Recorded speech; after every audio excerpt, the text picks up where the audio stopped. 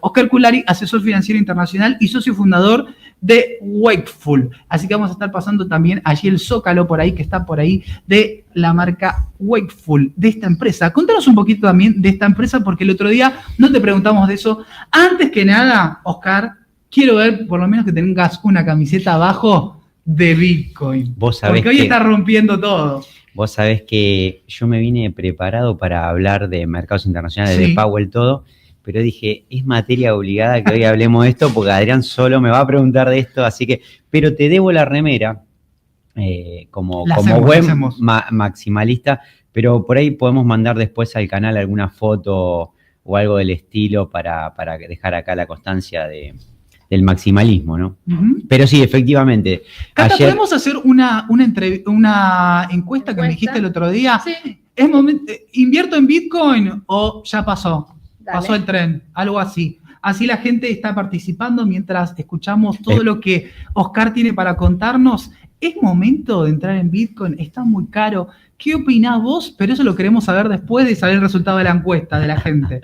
Bueno, así nos influimos, está muy bien. Bueno, primero que nada, gracias por la pregunta, gracias por la invitación. Un placer.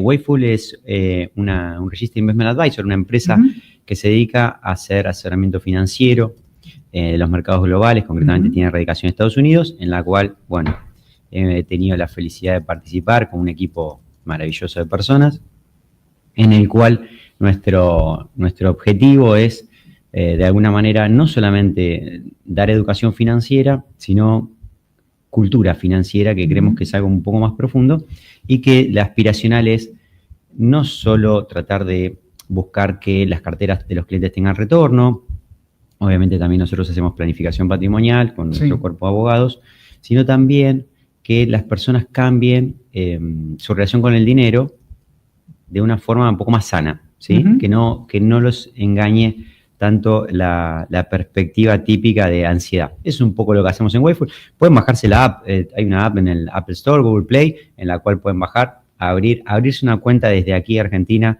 directamente con un broker norteamericano y empezar a invertir. Me parece lo tiene muy bueno la aplicación, entre otras cosas, es que te marca cada activo que tenemos, te explica exactamente por qué lo tenemos. Bueno, obviamente también toda la parte de educación financiera, que para mí nunca está de más, porque nos da aspectos básicos. Es muy importante hoy, me parece, en este momento que tenemos acá abundante información que no ha pasado en otro momento de la historia, poder ser conscientes de qué información puede ser valiosa para nosotros y cuál no. ¿Por qué? Porque la información está disponible, pero el problema es saber cuál de esta información tiene más relevancia de acuerdo a mis objetivos o de acuerdo a lo que es mi portafolio o mi estilo de vida, ¿no? Así claro, discriminar un poco qué información es valiosa para mí, porque por ahí es más de contexto, que bueno, también vamos a estar hablando un poco eso de los mercados internacionales, pero hay algunas que impactan también en el corto plazo, hay otras en el mediano plazo o, bueno, esperando un poco más a largo plazo, pero vos mencionabas un poco la ansiedad. ¿Cómo superamos y cómo manejamos un poco esa psicología del inversor? ¿Cómo transitamos la ansiedad? No, es tremendo lo que vos decís. Bueno, un poco de mi especialidad dentro del campo de las finanzas son las finanzas del comportamiento. Mira, el behavior, ¿cómo es? Behavioral finance. Exacto. Es algo que para mí tiene poca relevancia hoy en cuanto a lo que es el marketing de la finanza, porque uno siempre se imagina a los asesores financieros, tipos que hacen números y que ven gráficos, que se imaginan que dice compra acá, vende allá. Pero en realidad, gran parte de mi trabajo, diría casi el 80% de mi trabajo es, de alguna manera, acompañar a mis clientes en ese proceso. De alguna manera se plantea un objetivo, ellos se encuentran en una situación X, se plantea un objetivo y uno acompaña el seguimiento. Pero el asunto es el siguiente, una tontería, ¿no es cierto? Nosotros hemos marcado el interés por Bitcoin del año 2017. Sí. Cuando la semana pasada había tocado 118, los clientes que entraron en el último tiempo sobre todo, ya te preguntan, che, ¿no es momento de vender? Y ahí es donde uno... Ahí entra la ansiedad. Ahí es donde uno acompaña, ¿no? Y dice, bueno, ¿por qué razón compramos este activo? ¿Por qué lo tenemos? Esto no significa que ese activo sea el 100% de la cartera, probablemente todo lo contrario, pero de alguna manera es que empezaron a ver en los medios, che, llegó a 118, está máximos históricos, si está máximos históricos significa tal o cual cosa.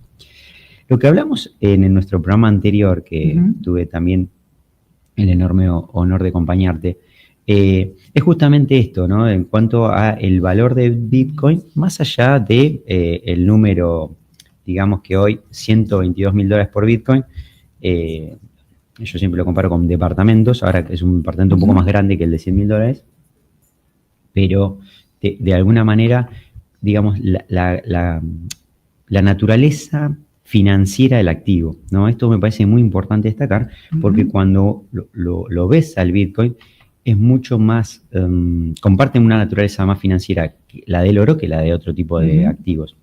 Entonces se armó una discusión muy linda en grupo de amigos del mundo de las finanzas. O sea, los amigos no discuten solo de fútbol, sino discuten de elementos financieros, de herramientas financieras, de activos financieros. Sí, sería más lógico otra temática, pero en el chat a veces surgen estos temas, entonces había una discusión. No, pero es necesaria, más en estos momentos. No, pero es muy divertida y además uno nunca deja de enriquecerse con ellos, porque realmente son personas muy valiosas.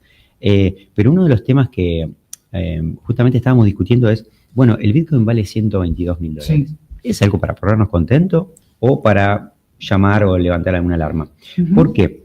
Porque en principio, bueno, aquellos que están en el mundo del ecosistema, ¿no? de criptomonedas, especialmente esta en particular, hay una correlación, están subiendo todas en este momento.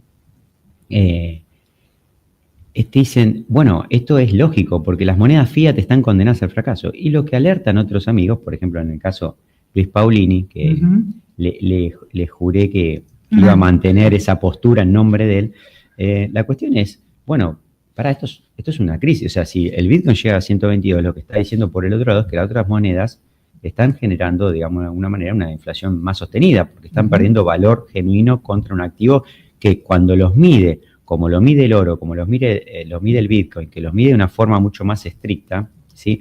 Porque a veces los inmuebles, otro tipo de activos, también se van devaluando con el paso del tiempo. Entonces uno a veces tiene esa doble vara para medir su propio patrimonio y dice, mi patrimonio vale más. ¿Por qué? Y porque ahora vale más en dólares, pero resulta que quizás si tengo un activo físico como una casa, posiblemente haya habido algún tipo de amortización, y por el otro lado, al mismo tiempo, ¿por qué no? El dólar quizás en los últimos 10 años, para ponerle nombre y apellido, en los últimos 10 años el dólar inflacionó 34%, es decir, que tengo 34% menos de poder adquisitivo en términos reales. Entonces, cuando el Bitcoin vale 122, los del ecosistema pueden decir buenísimo, pero por otro lado es un llamado de atención para todos los que transitamos cualquier tipo de economía, que nuestras monedas fiat, es decir, nuestras monedas que emiten nuestros propios gobiernos, están de alguna manera mostrando una debilidad propio de que muchas veces se utiliza todo esto para la política y no para una administración genuina del erario público. Entonces, ¿sabes qué te iba a preguntar con respecto a eso? Viste que la adopción de criptos y sobre todo de Bitcoin o de stablecoins, por ejemplo, en Venezuela, fue realmente, bueno, masiva, obviamente por lo que pasa en Venezuela que todos conocemos. Argentina, bueno, muy de cerca una de las capitales del mundo del Bitcoin, sí, claro. Por toda esta situación macroeconómica. Ahora que estamos un poquitito más estables, ¿cómo es la situación de la adopción de Bitcoin en la Argentina? Mirá, en Argentina lo que vimos siempre es que, digamos, fue uno de los países que picó en punta en este sentido, porque los argentinos somos expertos en inflación, expertos en entonces dolarizarnos. Hoy es al revés. Bueno, en las últimas semanas el dólar marcó 1.300 contra el peso, pero digo, veníamos con una cuestión en donde el peso estaba ganando fortaleza frente al dólar todo este tiempo, y casi que uno cuando tenía que pagar la tarjeta y sacar de los ahorros, iba y llevaba sus dólares al banco y le decía, por favor, sacame esta porquería, encima dame pesos, que esto está perdiendo valor a diario. Eso creo que fue lo que motivó que Argentina sea una de las capitales. Argentina además tiene recursos muy valiosos en términos de conocimiento, con lo cual fue una adopción primera que la dio toda la cátedra informática, digamos, y después llegó a los agentes económicos. Y acá quiero hacer un llamado de atención, y con todo reparo a la mayoría de mis colegas, pero en Argentina todavía se sigue hablando de Bitcoin, digo, en el ámbito financiero, a diferencia de lo que muchas veces pasa en la calle, que cada vez hay un trato diferente. Pero en el ámbito financiero, por ejemplo, ni se menciona. Cuando hacen, digamos, yo me paso viendo informes locales también, no soy un experto, por supuesto, en términos locales, pero sí hago mucho repaso, y el Bitcoin no lo mencionan fatal. Mencionan al euro, mencionan al oro, la soja obviamente, pero así como menciona otros commodities, no menciona el Bitcoin. Y cuando uno habla con los agentes, lo tienen totalmente desconocido. Lo cierto es que hoy se necesita más de $120.000 y lo que estamos viendo en el equipo, puertas hacia adentro. Pero decímelo con una sonrisa, Oscar, porque este es un dato para celebrar, realmente es algo que esperamos y que, bueno, estamos esperando un poquito más, creo. Sí, efectivamente, pero lo que estamos viendo es la adopción de los profesionales en Estados Unidos, porque cuando estamos viendo puertas adentro, quién está haciendo estas operaciones todavía siguen siendo de forma muy masiva los grandes jugadores. Es decir, no estamos viendo en este último tiempo la entrada de el minoreo, los minoristas o aquellas personas que entran en último momento a este trend que está teniendo el Bitcoin, que es realmente asombroso. Es verdad que cuando hacemos la comparación con el dólar, pareciera ser que el dólar se está depreciando. En el año el dólar ha perdido aproximadamente el 11% de su valor en relación con otras monedas que son fiat. Como por ejemplo el euro. Como por ejemplo el euro. Que el euro, digamos, se muestra con cierta fortaleza. No sé si tanto por mérito propio o cuánto por el dólar. Pero sin llegar a decir lo que dice uno de mis colegas, Martín Estea, que es una carrera de discapacitados, en el sentido de que todas las monedas tienen un problema básico de que tienen un gobierno atrás, que emite de una forma totalmente desquiciada.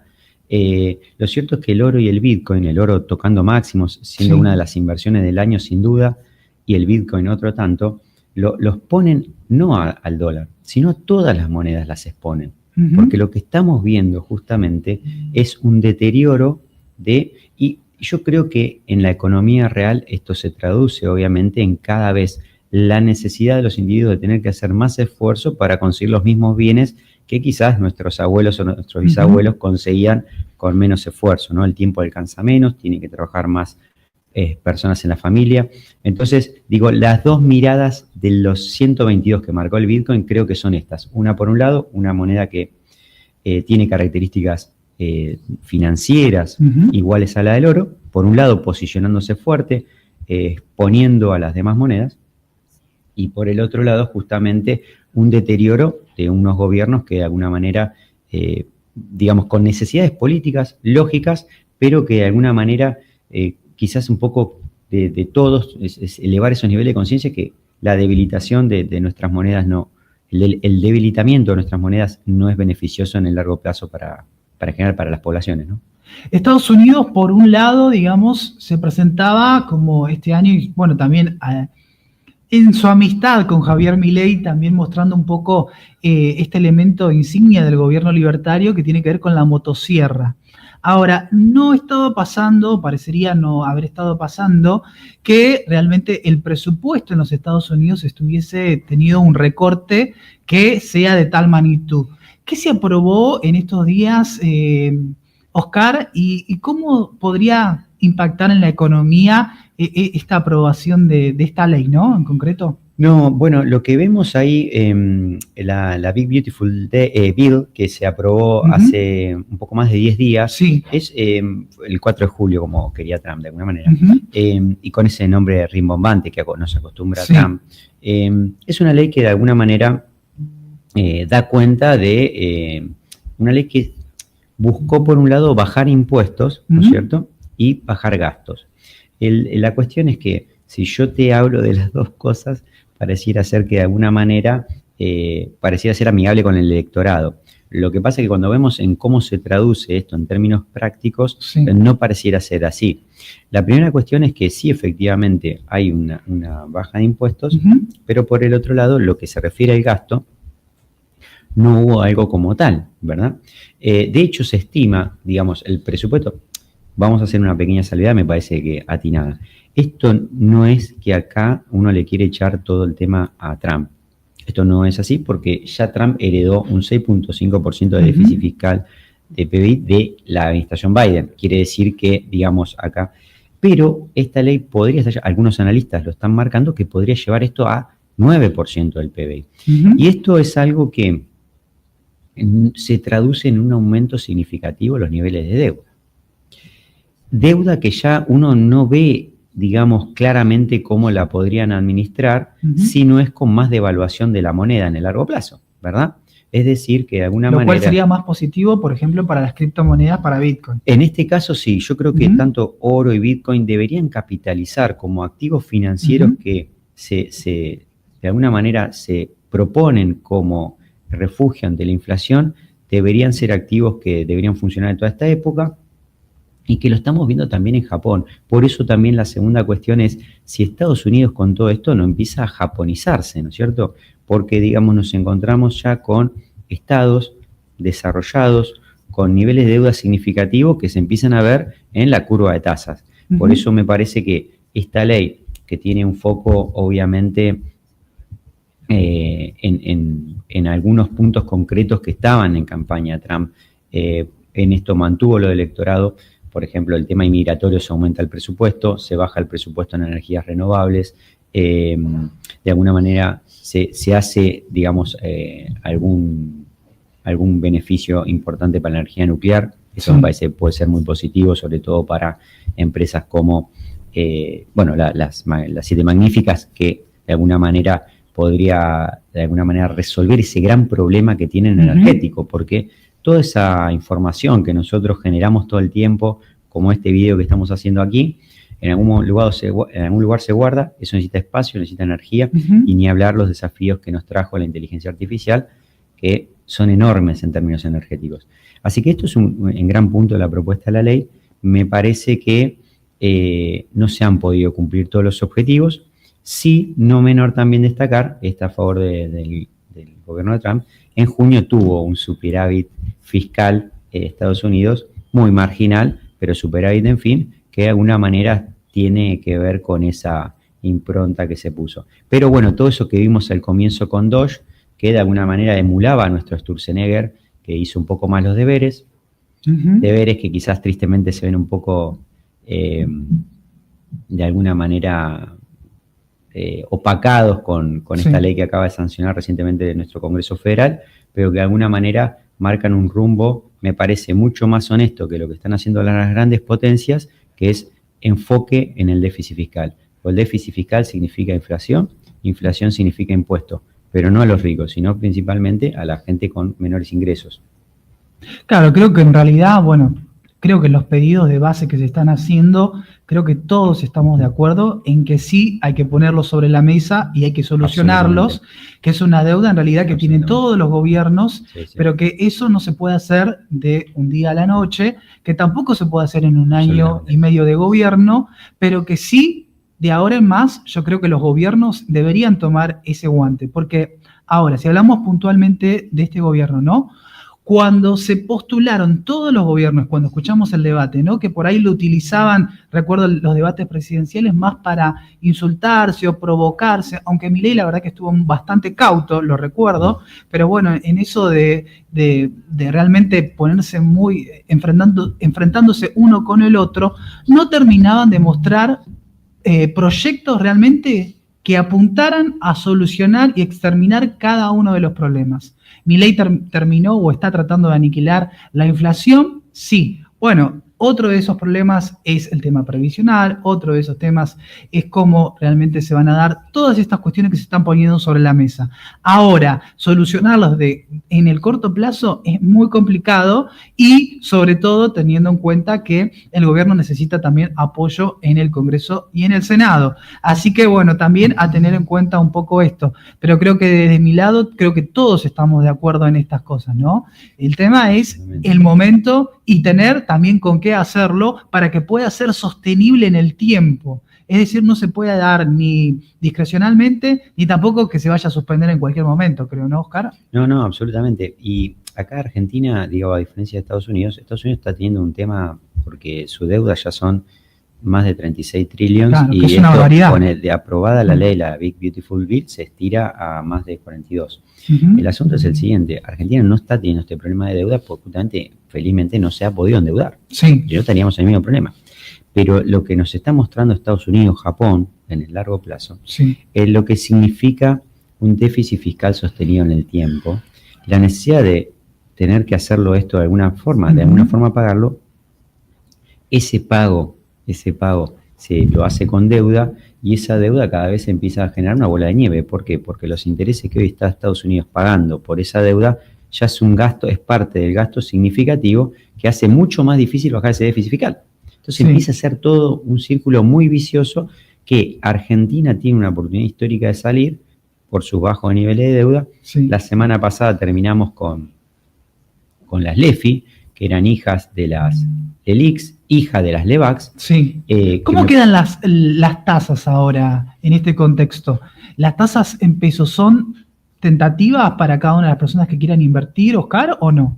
Yo lo que noto es que, obviamente, en este momento de transición es muy difícil establecer, de alguna manera, pronósticos en Argentina, porque estamos teniendo una variable que se nos escapa a la gente de finanzas, de economías, a mi forma de ver, que es la variable política, ¿verdad? Sí. Nosotros hasta octubre parece como que este país se puso en una pausa, ¿verdad?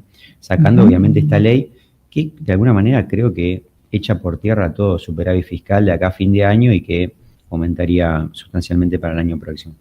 Pero de alguna manera lo que me está pasando cuando quiero hacer un análisis en Argentina, un año en el cual las acciones argentinas se vieron muy golpeadas, a contramano del 2024, es esta variable. Entonces ya empezamos a jugar en campos donde nosotros dificultosamente podamos hacer pie. Cuántos diputados y senadores se puede sacar en la campaña, cómo están en las encuestas, cómo se va a desarrollar todo esto, con lo cual me parece que es muy difícil hacer pronósticos. Uno debería animarse a decir de primera mano, bueno, las tasas irían hacia la baja. Esto de alguna manera aumentaría un poco quizá la presión sobre el tipo de cambio, podemos verlo o no. Me parece que lo del superávit siempre tendría que ser la bandera de todo gobierno.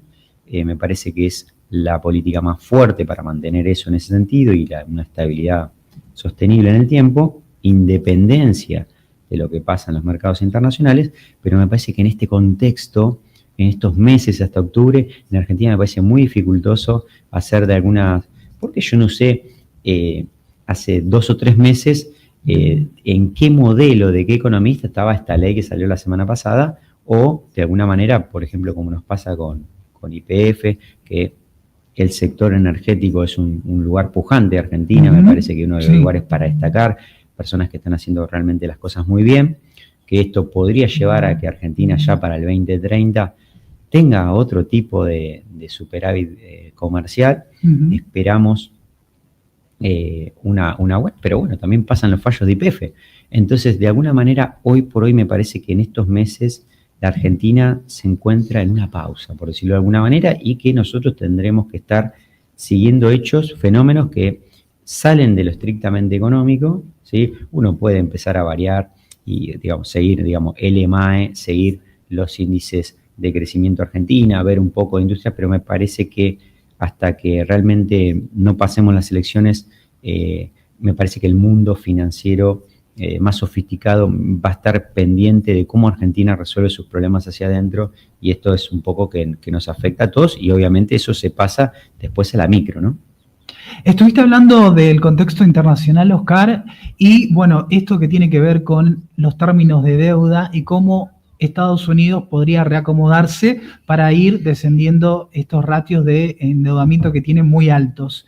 ¿Cómo esto impacta en las compañías más importantes del mundo? Sobre todo porque muchas de las personas que están viendo este programa tienen CDRs, es decir, están posicionados afuera, algunos por ahí más sofisticados tienen cuentas en el exterior, algunos tal vez te vayan a consultar a vos, así que es el momento para que nos cuentes cómo esto impacta o no en las compañías. Y también, bueno, vemos a el Nasdaq creciendo más de 8% en dólares este año. Vemos al SPY creciendo 6% este año. Y ADIA, que es el ETF por el cual podemos comprar al Dow Jones, uno de los principales indicadores de la bolsa neoyorquina, creciendo más o menos alrededor del 4%. ¿Cómo ves este contexto? Bueno, primero quiero salir un poquito de la trampa para, aquellos que nos están viendo. Primero, descubrir todo manto de... Lo primero que hay que decir es esto: si nosotros tenemos un dólar que se está devaluando, probablemente las acciones valgan más porque la unidad de medida que estamos usando cada vez se hace más pequeña, ¿no es cierto? Sí. En este sentido, lo que quiero decir con eso es que ya de por sí estar invertido en estas empresas de alta capitalización, siempre voy a hablar de las blue chips, significa ya de antemano algún tipo de resguardo frente a la inflación y frente a la devaluación.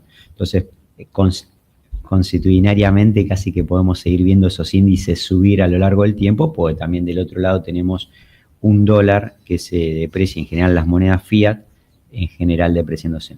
En cuanto a lo fiscal, me parece que esto le podría afectar ligeramente para bien en el corto. Sin embargo, me parece que acá el gran tema es cuánto puede afectar la baja en costos que pueda traer la inteligencia artificial para los próximos años y cuánto estas empresas están aumentando. El otro día uno de mis amigos llamaba bien la atención, Diego de Marco, mostrando que las empresas estaban creciendo enormemente en la inversión en CAPEX, ¿no? Y marcaba el caso de Meta, que digamos casi el 47% de sus utilidades, me van a perdonar ahora el dato exacto, está aumentando, ¿verdad? Entonces, me parece que hay empresas, sobre todo estas empresas más tecnológicas, que se diferencian sustancialmente quizás de las más clásicas, ¿no? Que quizás todos estos cambios les lleguen un poco de forma más tardía. Me parece que las tecnológicas pueden ganar mucho espacio en este crecimiento y de alguna manera creo que la política norteamericana un poco se quiere amparar en eso, decir, bueno, todas estas empresas se van a volver más eficientes con el advenimiento de la tecnología. Eso va a generar no tanto aumento en ventas, pero sí bajo en costo, otros márgenes de utilidad. Y bueno, veremos cómo esto va separando empresas que se van a potenciar con todo eso. Esto es un fenómeno muy, muy reciente. Me parece muy difícil siempre, como dice Taleb, ponerse a analizar los fenómenos mientras están ocurriendo, ¿no? Claro. Por todos los sesgos que nosotros traemos y además por lo difícil que es analizar todo en un contexto. Pero si bien... Sí, por todo el ruido que hay en el medio, ¿no? Sí, absolutamente. Y nosotros podemos, digamos, tratar de alguna manera, por propiedad transitiva, traer lo que fue el fenómeno de Internet y demás, pero me parece que hay acá empresas que van a sacar mucho, digamos, beneficio de eso, aun bajando gastos. Creo que esto va a ser muy significativo. A veces nosotros tenemos pequeñas muestras gratis en nuestro territorio personal, a nivel de escala de lo que pueden ser, por ejemplo, las 7 magníficas, uno lo ve realmente muy prometedor. Obviamente después esto trae otras cuestiones social y que no son menores, pero en cuanto a lo que vos me preguntas concretamente, me parece muy auspicioso para estas empresas más tecnológicas que puedan de alguna manera capitalizar la inteligencia artificial. De alguna manera me parece muy prometedor, ¿no? ¿Qué porcentaje debería tener un inversor conservador, uno moderado y uno agresivo de Bitcoin en su cartera, idealmente, ¿no? ¿O qué niveles? Bueno, primero que nada, lo mismo que el inversor considere en tener en oro, ¿no? Yo creo que en este sentido las cuestiones son equivalentes. Sí. Así que ahí cada inversor obviamente va a variar, pero lo que vemos es que ya, digamos, la administradora, BlackRock, digamos, la administradora de fondos más grande del mundo, ya lo está recomendando en sus portafolios hasta un 5%. Entonces me parece que ya no es una cuestión de fanáticos, de informáticos como lo era en 2009. Me parece que ya los profesionales de las finanzas, sobre todo, como digo, no lo estoy viendo tanto en Argentina. Bueno, yo te escucho a vos, pero en líneas generales no estoy escuchando esto en Argentina. Me parece que se está pasando una oportunidad muy grande y me parece que en el largo plazo esto es un activo que va a servir mucho de refugio, no solamente contra la moneda, sino contra la política, ¿no? Pero, por ejemplo, ¿sería razonable para un conservador tener, no sé, un 3%? Para ponerlo más o menos, ¿no? En porcentaje, es muy que buena la gente la pregunta. entienda. Mirá, lo que Entre te un digo 2 y un 5. lo que marca la literatura especializada, primero que nada, es una cosa no menor. Antes, de alguna manera, el asesor de inversiones, sobre todo en Estados Unidos, tenía de alguna manera, estaba confinado al conservador, al moderado y al agresivo. Sobre todo el conservador, estaba confinado a una cierta oferta de activos, ¿verdad? Estas reglas han cambiado en los últimos años y esto pasó de ser a más que un numerus clausus, se le pasó a dar otro tipo de de poder al asesor, en el sentido de que esa moderación la sepa marcar al asesor. Así que como primer punto es, un conservador perfectamente podría tener Bitcoin sin que el asesor esté violando algún tipo de norma de la SEC, porque, considerando lo que es un activo riesgoso. Pero sí, obviamente que acá es importantísimo que el asesor conozca muy bien a su cliente, porque más allá del activo en cuestión, como dijimos antes al principio de esta conversación, esto también es una cuestión de emociones, casi te diría principalmente una cuestión de emociones. Y no todos los clientes están bien predispuestos a tener Bitcoin, porque obviamente genera su intangibilidad, la falta de que tenga un gobierno detrás como respaldo, el desconocimiento general que tenemos de esta nueva tecnología que es el blockchain. Entonces ahí yo me parece que me gustaría siempre que cada asesor tenga su charla con su cliente, porque me parece que esto puede ser, obviamente que cuando el mercado sube no hay problema, pero si ocurren recortes, ahí vamos a ver muchos reparos, ¿no? Claro, por la naturaleza del mismo activo tiene sus fluctuaciones, ¿no? Entonces, ¿sabes quién está muy predispuesta? La comunidad de Abriendo Mercado, la comunidad de Ahora Play, a invertir en Bitcoin, aunque está ahí, bueno, titubeando un poco. Yo calculo que por el tema del precio, porque como vos bien lo decías, muchos dicen, tal vez es momento de vender, bueno, esperar que baje y después volver a comprar, bueno, y así con esas especulaciones, pero un 51% dice, no, Cata. A ver, ahí está. Lo tenemos en pantalla. 50 y 50 ya. 50 y 50, está re peleado esto. Me parece, tienen que desempatar, Adri, porque... Claro. Estábamos con una diferencia 51. Yo estaba mirando claro, y no. ¿Qué es esto? Bueno, vamos ahora. Es un Boca River esto, Te voy a escribir a mi familia que se Claro. Manden mensajes. Me parece que, bueno, esto es típico de los mercados cuando llegan a nuevos máximos. El all-time high marca de alguna manera esto, ¿no es cierto? El asunto es si de alguna manera este es el momento más alto cuando uno lo compara contra sus unidades de medida que siguen depreciándose y que de alguna manera toda la emisión. Vemos que China hace estímulos, vemos que Estados Unidos hace estímulos, vemos que Europa hace estímulos. Todo eso, de alguna manera, lo que hace es genera más dinero fiat en el mundo. Más dinero fiat que cuando se lo compara con cosas que son totalmente escasas, esas cuestiones escasas me parece que tienen todavía mucho margen por recorrer, y ahí le voy a hablar siempre al oro y le voy a hablar siempre al Bitcoin, ¿no? Entonces, si vamos a largo plazo, ¿compramos Bitcoin hoy a este precio? Sí, yo creo que la semana pasada el bueno del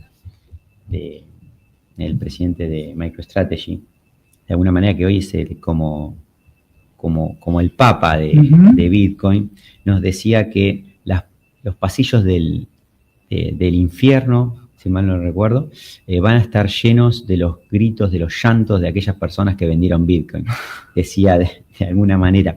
Yo no creo que sea tan así. Demasiado extremista, sí. De alguna manera, pero sí lo que está marcando es que como pensar que en algún momento, obviamente el oro o obviamente el Bitcoin pueden hacer recortes, tienen lugar.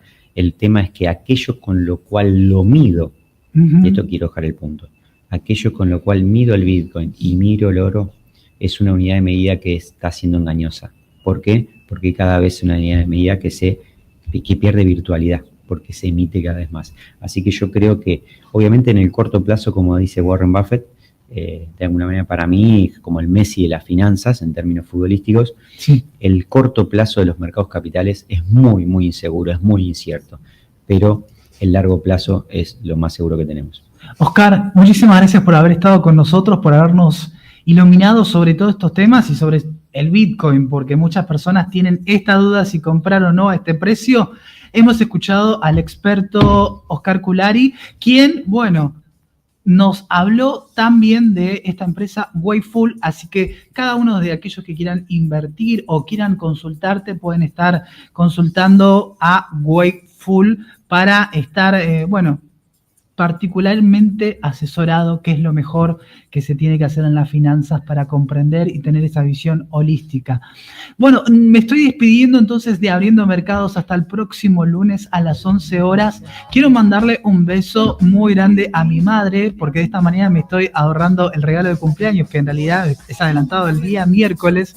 Así que quiero agradecerle mucho a mi madre por todo el amor que siempre ella me da. Sé que muchas mujeres hicieron el bien, pero ella sobrepasa a todas, así que le agradezco mucho por todo su amor y que me da cada día en estos años. Así que bueno, muchísimas gracias. Y todo lo que he tenido en mi vida siempre la he utilizado como referente porque es una mujer que vale muchísimo, que por donde va siempre activas. Así que es un poco lo que ella me ha inculcado. Y bueno, también le mando un gran saludo a mi papá, porque si no, pues se va a ofender. Nos despedimos entonces de Abriendo Mercado. Gracias, Cata, como siempre, todos los lunes allí, ayudándonos con todo. Al Pelado, gracias por todo.